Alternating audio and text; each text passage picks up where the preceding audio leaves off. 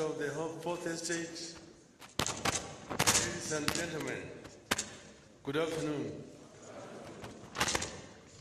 We have a statement that we want to issue today following the general elections that were held in our country on the 9th of this month. Today, I want to address my fellow Kenyans and the international community about the 2022 Kenyan elections and the role of the Independent Election and Boundaries Commission, the IEBC, the body mandated by the Constitution and the law to conduct and manage elections.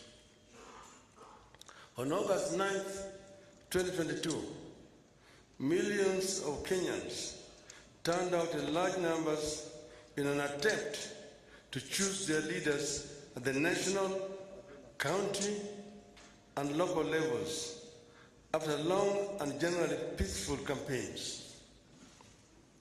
But yesterday, August 15th, our budding democracy suffered a major setback.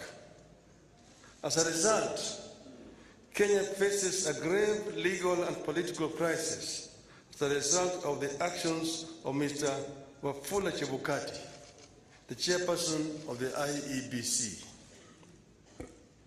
The Constitution and our laws are clear about how the IEBC should conduct its business. There is no more important role for the IEBC than the conduct, transmission, and tallying of the presidential election.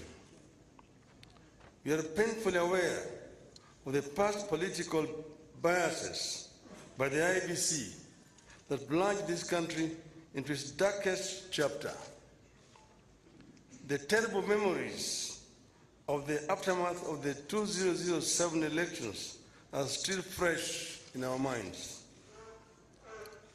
In 2017, the Supreme Court of Kenya nullified the presidential election again because of the misconduct of the IEBC.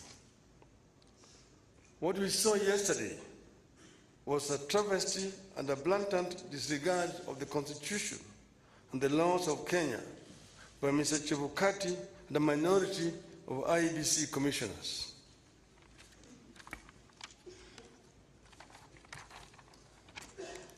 The law is clear on the role of the chairperson of the IEBC. The law does not vest in the chairperson the powers of a dictator to rule the IEBC unilaterally. The IEBC is structured as a democratic institution in which decisions must be taken either by consensus or by a vote of the majority. The chairperson and a tiny minority of commissioners have no legal authority to take weighty decisions and proclaim them as the rulings of the IEBC. The law on the IEBC provides that unless a unanimous decision is reached, a decision on any matter before the Commission shall be by a majority of the members present and voting. I want to repeat. Unless a unanimous decision is reached, a decision on any matter before the Commission shall be by a majority of the members present and voting. In addition, the Court of Appeal in the Maina Kiai case ruled, and I quote again, reiterate, as we conclude, that there is no doubt from the architecture of the laws we have considered that the people of Kenya did not intend to vest or concentrate such sweeping and boundless powers in one individual, that is the chairperson of the appellant. That is why I and Azimio La Umoja One Kenya and the nation at large were shocked yesterday to learn that Mr. Chebukati alone decided to pronounce himself on the supposed winner of the 2022 presidential elections. We understand that only Mr. Chebukati alone had access to the tally of the presidential vote. He denied all the commissioners access to that information until he suddenly appeared before the commissioners in the late afternoon to present them with a fait accompli.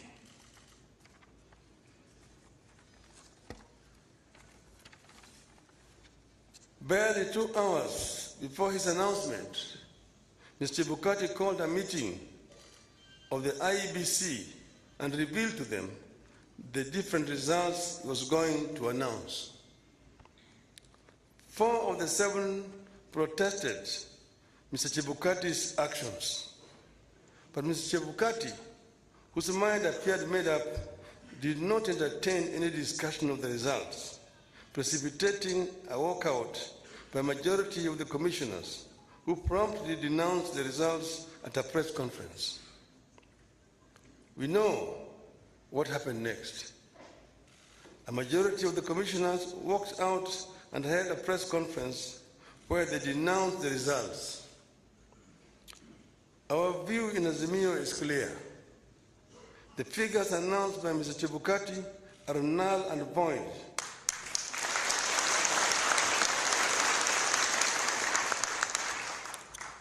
I repeat, the figures announced by Mr. Chebukati are null and void and must be quashed by a court of law. In our view, there is neither a legally and validly declared winner nor a president-elect.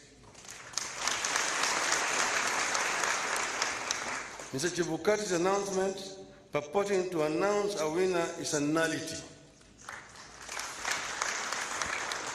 He acted with gross impunity and in total disregard of the Constitution and our laws. He could have plunged our country into chaos had our supporters not exercised great restraint.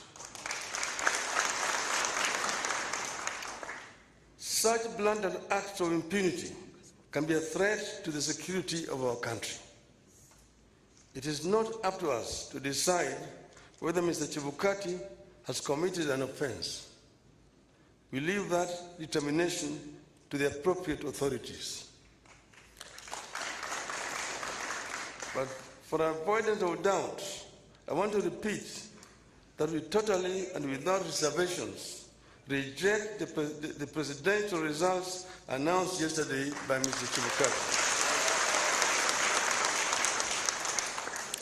I want to commend our supporters for remaining calm and keeping the peace, and I urge them to continue to do so.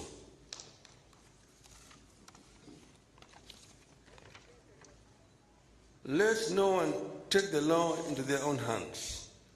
We are pursuing constitutional and lawful channels and processes to invalidate Mr. Chebukati's illegal and unconstitutional pronouncement. We are certain that justice will prevail. I want to further commend the heroism of the 4 commissioners, the majority of the IEBC, who stood up to the bullying and the illegal conduct of Mr. Chebukati. We are proud of them and ask them not to fear anything. Kenyans are with them. Today, I do not want to fully address our strategies going forward, but suffice it to note that we will be pursuing all constitutional and legal options available to us. We will do so because we regard the many flaws in the elections and the wrongs committed by the IEBC as fatal to the process and the outcome announced by Mr. Chebukati. We urge Kenyans and the friends and partners of Kenya abroad to stand tall and be counted as we seek to advance the ideals of democracy and an open society that we have always stood for. We will pursue justice for our supporters and for all Kenyans so that their choices are respected and honored. May God bless you and may God bless Kenya.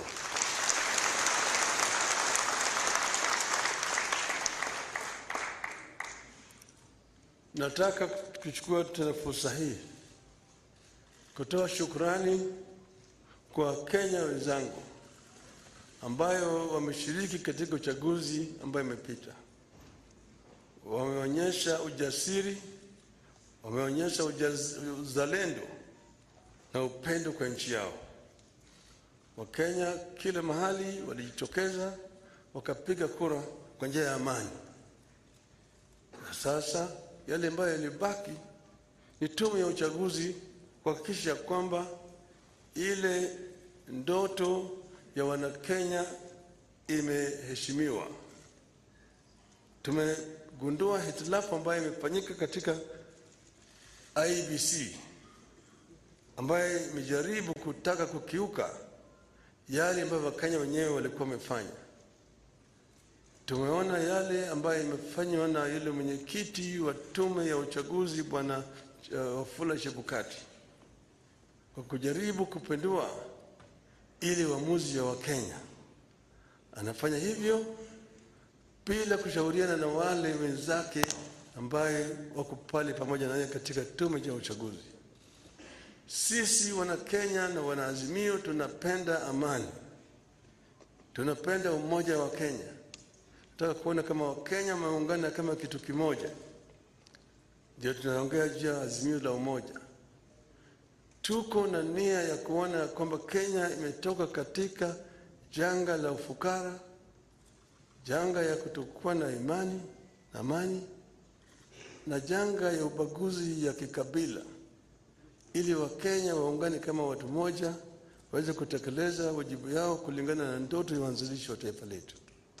Hatutakubali, nataka kurudia haya, hatutakubali mtu mmoja ajaribu kuleta vurugu katika taifa letu, kujaribu vile vile kubadilisha yale ambayo Wakenya wameamua kama watu moja. Wakenya hawatakubali, hatutakubali. Tutazidi kutetea nchi yetu na katiba letu kama Wakenya ili Kenya iweze kuendelea mbele. Asanteni sana. Mungu ibariki Kenya, nchi yetu.